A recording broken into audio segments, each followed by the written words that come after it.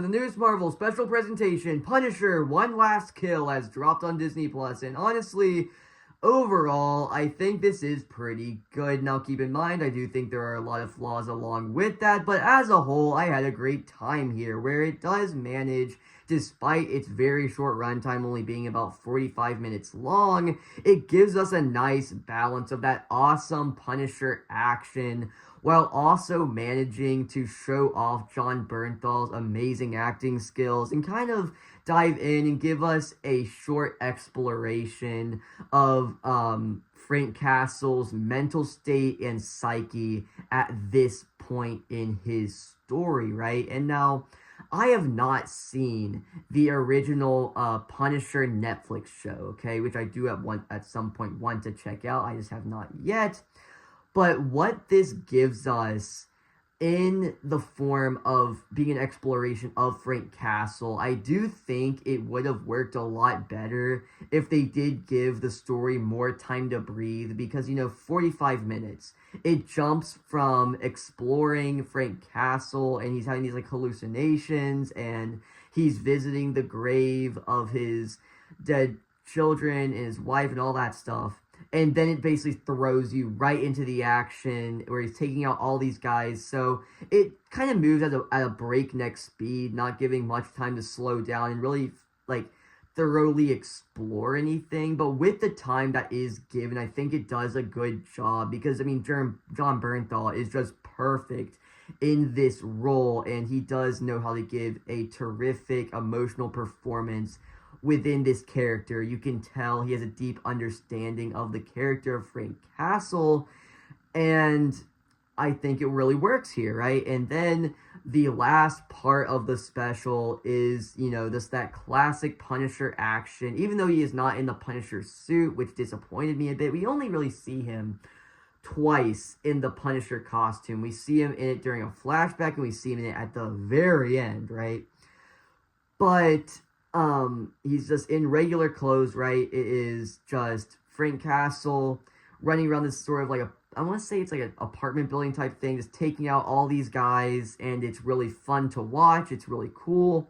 I think it's relatively well shot. I feel like some of it could have been done a little bit better, but I'd say as a whole it was done, it was fine. It was good, just what you'd expect out of an action sequence like this, just pretty crazy, all right? But I think the main villain within the Punisher Last Kill special presentation is just utterly ridiculous. And I don't even remember the character's name, okay?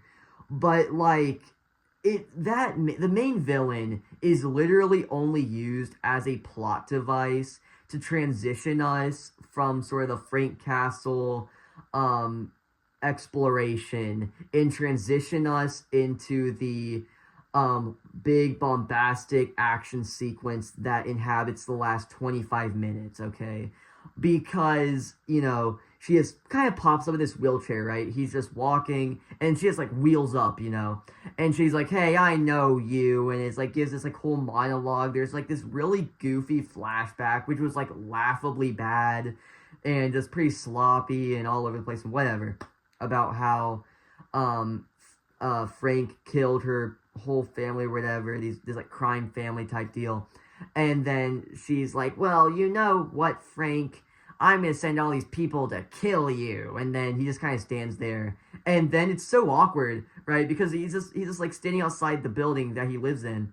And then she wheels up, and then she just says this monologue, and then she's just gone. And then he just goes, and then the action starts. It doesn't really stop, okay? And then you see her one more time, and she kind of just drives away. So there's no resolution to her. She's literally just a plot device to sort of transition us into the action, and just used as an excuse to give us that awesome action, which I'm fine with. I just think it's a little bit goofy. Again, this is all due to time restraints, right? I think the exploration of Frank Castle, even though it may be a retread of previous points we've seen within the character, I still think if we had more time, we could further explore that and everything with what Frank is going through and his sort of mental state at this point. And beyond that, we could have gotten... Well, actually, no... I think we do get a good amount of action here. I just wish he was in the Punisher suit, because really, if he's not in the Punisher, like, costume and uniform and all that stuff, right? I think the action just comes off a little bit bland, because he's just kind of in this hoodie, so it just comes off as Jon Bernthal in a beard taking out a bunch of dudes, okay? That's all it comes off as at a certain point.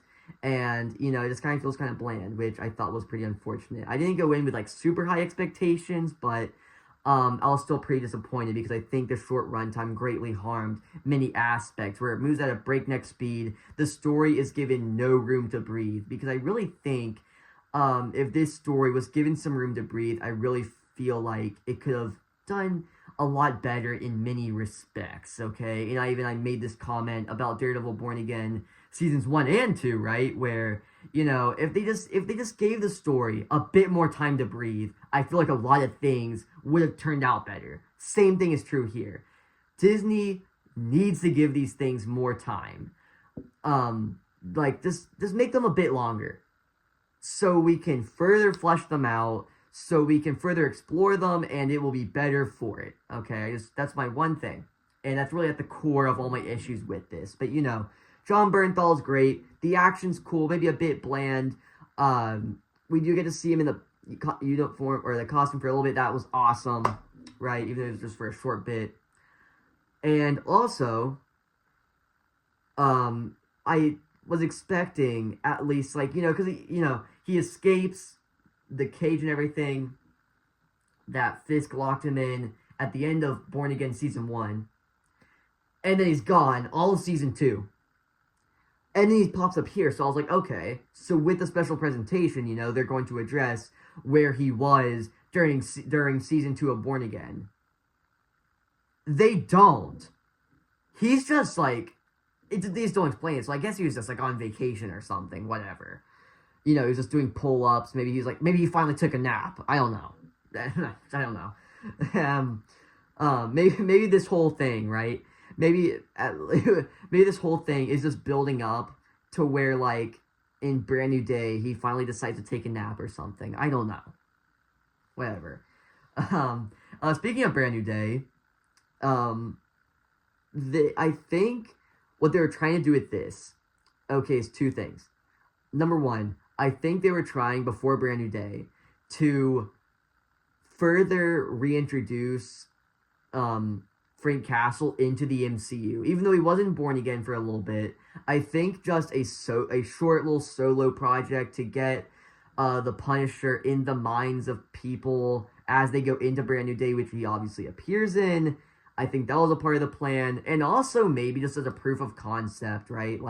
Okay, if this does well, that shows people want to see the Punisher, and we'll give them more of it, or something to that effect. I don't know.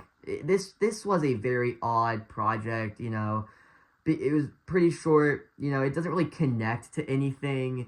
It was very strange. But one thing I did actually rather enjoy is just how brutal this was. Well, I don't know. I don't want to say enjoy, because that's not really the right word.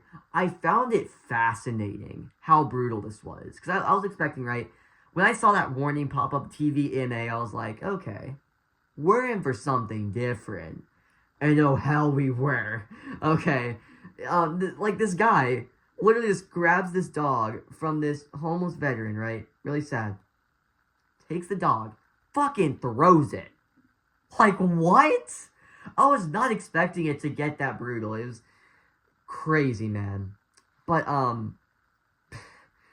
anyhow, it was pretty all over the place. Honestly, I give it a 3.5 out of 5. Because Jon Bernthal is just great in this role, and the action was decent. But honestly, I might move it down to a 3 now that I've actually talked it through in this almost 10-minute video. Yeah. So if you guys enjoyed today's video or any of my other content, please consider subscribing, and I'll see you in the next one. Goodbye.